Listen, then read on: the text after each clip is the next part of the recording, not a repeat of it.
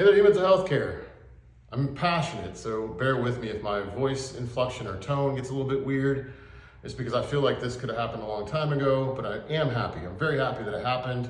And yesterday was significant for a lot of reasons for me personally, but also for the healthcare industry as a whole.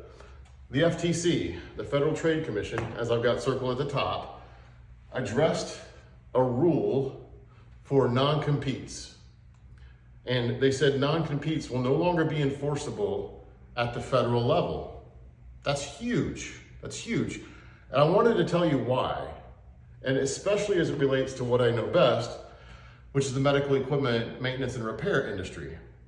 Okay, so what I have here is a very, very sophisticated / rudimentary drawing that's intended to simplify this whole, like, why Danny and Humans of Healthcare are excited for the healthcare industry. Well, because the customer and the technicians that provide the service are going to be the beneficiaries of this rule. The ones in the middle, what I call the middlemen, are the ones that are not going to be happy with this, in my opinion. So what we have today, and I put yesterday because hopefully that is practice of the past after the ruling. Well, customers are currently spending $3 signs. 1, 2, 3. That's a lot in this drawing. That equates to about $1,000 an hour on average. That's labor hour. Now, when you try to have some sort of correlation to your personal life, think about how much do you spend for an attorney or a plumber? $1,000 an hour is a lot for a New York attorney. So that is today what companies are charging customers per hour for labor when it comes to fixing, repairing, doing maintenance on MRIs, CTs, cath labs, nuke med machines, imaging equipment. That's what we call it, radiology. You might know it as that. So that is what companies are charging, and that's what customers, being hospitals and imaging centers, are spending. Now, you might think, okay, well, that must mean that a large portion of that $3 bills, $1,000 an hour spend, goes to the technicians. But no, can you believe that that's not true? It goes to the companies. So $3 signs, they get 2 of them, and maybe the technicians get 1 of those dollar signs, because the average wage for a technician today is $50 per hour. That's what they get paid.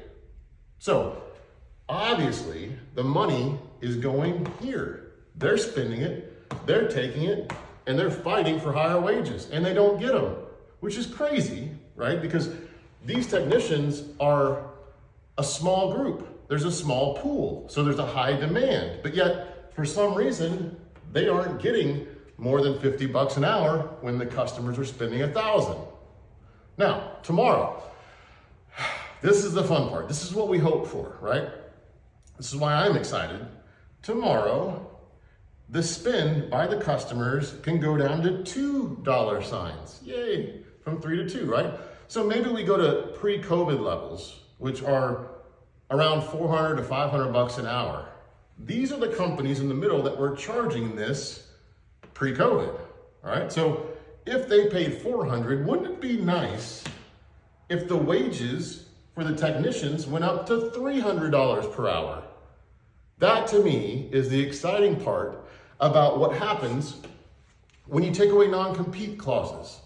These companies cannot, or no longer, hold technicians to working for them through fear of non-compete and being sued, which I happen to be an example of an individual getting sued by a company for non-compete, non-solicitation, right? This was a big deal. This was a big deal. And it keeps people, technicians, hardworking technicians, here while the companies make this off of them, which, if this goes down, the idea is that the public will have a lower amount to pay. It starts at least addressing the high expenses that customers hospitals and imaging centers are having to pay.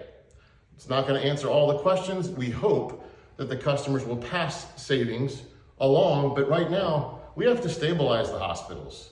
They're bleeding money.